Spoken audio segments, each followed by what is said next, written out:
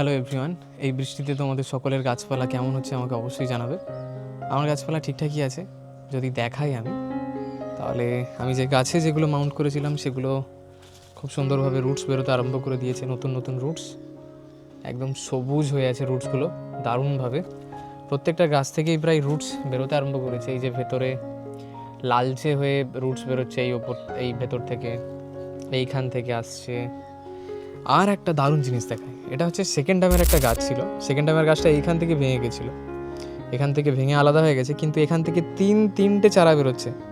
Second ডামের মতো গাছ থেকে তিনটে চারা বেরোনো মানে আমার কাছে অনেক, কারণ সেকেন্ড ডাম একটা খুবই ইউনিক ভ্যারাইটি, আমাদের ইন্ডিয়ান ভ্যারাইটি নয়। তাই দারুণভাবে তিনটে চারা বেরোচ্ছে। এই চারাগুলোকে বাড়তে সময় দেব। আর এখানে ফুটে আছে অ্যাকেম্পি রিগিডা, ইউনিক একটা ভ্যারাইটি। আর এখানে গাছগুলো তো দারুণভাবে আগে থেকেই গ্রোথ দারুণভাবে হয়ে আছে। এখানে একটা আছে পেন্সিল ভান্ডা, যা লম্বা হয়েছে। গাছটাকে আমি ওইখানে মাউন্ট করেছিলাম। ওইখান থেকে ওপরে শেকড়গুলো এদিকে চলে এসছে, প্লাস ঝুলে গেছে গাছে যাওয়ার বদলে। এটাও একই রকম কন্ডিশান। এটাকে আমি জাস্ট এরকমভাবেই রাখবো আপাতত, কিছু করার নেই, তুলে দেবো পরে। বাদবাকি ওভারঅল গাছ ঠিকঠাকই আছে। তো তোমাদের গাছপালা কেমন হচ্ছে আমাকে অবশ্যই জানাবে। আর একটা গাছ দেখায়, এই দেখো ফুল ফুটে আছে। এটারও শেকড় তো একদম চাপ হয়ে বেরিয়ে আসছে। এই যে অল্প মস দিয়েছিলাম, মসগুলো ভেজা ভেজা ভাব থাকলে আর একটু বেটার, কিন্তু আমি একদম অল্প করেই মস দিই। এই যে এখানেও অল্প মস দিয়েছিলাম।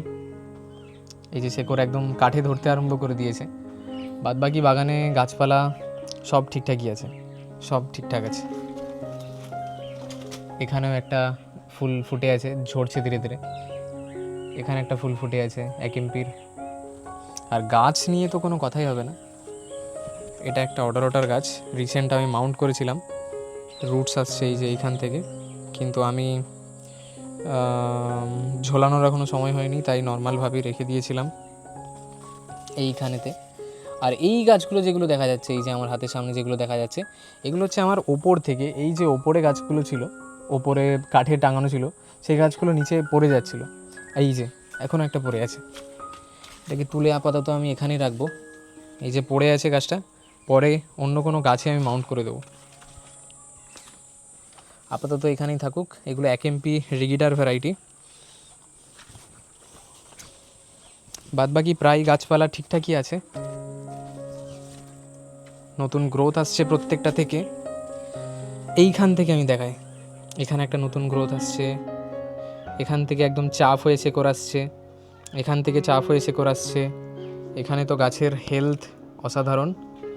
আচ্ছা, এখানে একটা নতুন চারা আসছে, এই যে চাপ হয়ে একদম গোছা হয়ে রুটসটা আসছে। এখানেও মানে একটা জিনিস আমি লক্ষ্য করেছি, এই ডেনড্রোবিয়াম, এটা কি যেন বেশ নাম মাথায় দিকে বেরিয়ে গেল, মসচাটাম, ডেনড্রোবিয়াম মসচাটামের যে রুটসগুলো বেরোয় না, যে নতুন চারা বেরোয়, একদম দারুণভাবে গোছা হয়ে বেরোয় রুটসগুলো। এখানে ফিমব্রিয়েটাম, নতুন চারা আসছে, এই যে একটা চারা, দুটো চারা। আরও যদি আমি দেখাই তাহলে প্রত্যেকটা গাছে প্রায় নতুন গ্রোথ আছে। আর ড্যামেজ গাছও আছে, ড্যামেজ গাছ নেই তা নয়। যেমন কোথায় যেন, এই যে এখানে একটা বালুফাইলামের গাছ ছিল, এই গাছটা ড্যামেজ হয়ে গেছে। এগুলো সব ঠিকঠাকই আছে। এইটা ভেবেছিলাম বেরিয়ে যাবে, কিন্তু বেঁচে গেছে। এখান থেকে নতুন চারা আসছে, এটা ইউনিকামের একটা ভ্যারাইটি, ডেনড্রোবিয়াম ইউনিকাম। বাদবাকি সব গাছগুলোই প্রায় ঠিকঠাক আছে। এখানে অ্যাডেনকাম আছে, এখানে একটা, দুটো, তিনটের মধ্যে এই অ্যাডেনকামটা নতুন চারা বেরিয়েছিল কিন্তু ডেড হয়ে গেছে, কিন্তু তার পাশে যে দুটো আছে একদম দারুণভাবে শেকড় বেরিয়ে ধরে নিয়েছে।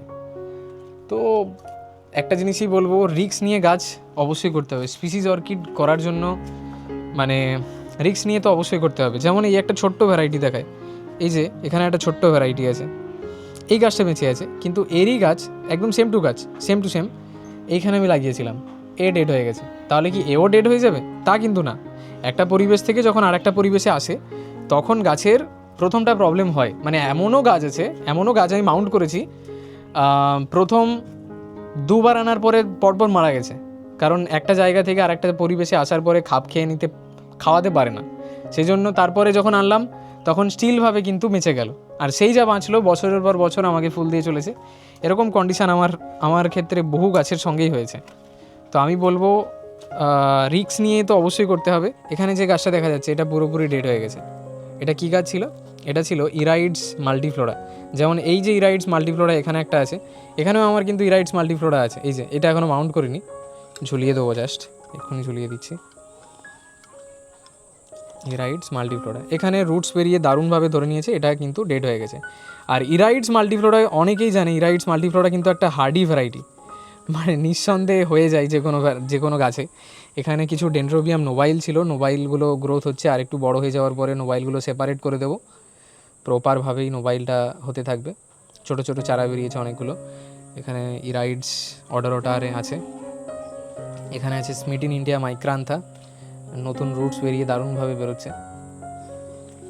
আর এখানে আছে ফিলোডাটা ইমব্রিয়েটা। ফিলোডাটা ইমব্রিয়েটাও গাছটা ফাঁদ হয়ে আছে, ফাঁদটাকে সরিয়ে দিই। তারপরে যদি দেখায় শেকড় বেরিয়েছে শুধু, দেখো একদম কাঠে সেট, এই যে পুরোপুরি প্রপারভাবে কাঠে সেট। মন দিয়ে গাছ করো, সেরাভাবে হবে।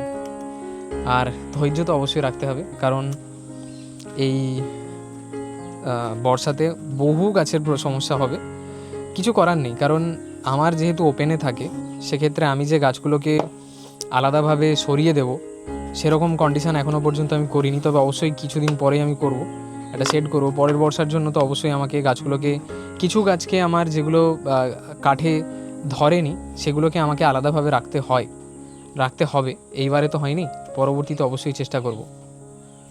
আর সব কিছু মানিয়ে নিয়ে চলতে হবে। গাছ যেমন দেয় সেরকম কিছু নিয়েও নেয়। সেজন্য আমি বলবো জেনে বুঝে গাছ করো। ক্ষতি তো অবশ্যই হবে, কিছু করা যাবে না সেগুলোকে। মন দিয়ে কাজ করো,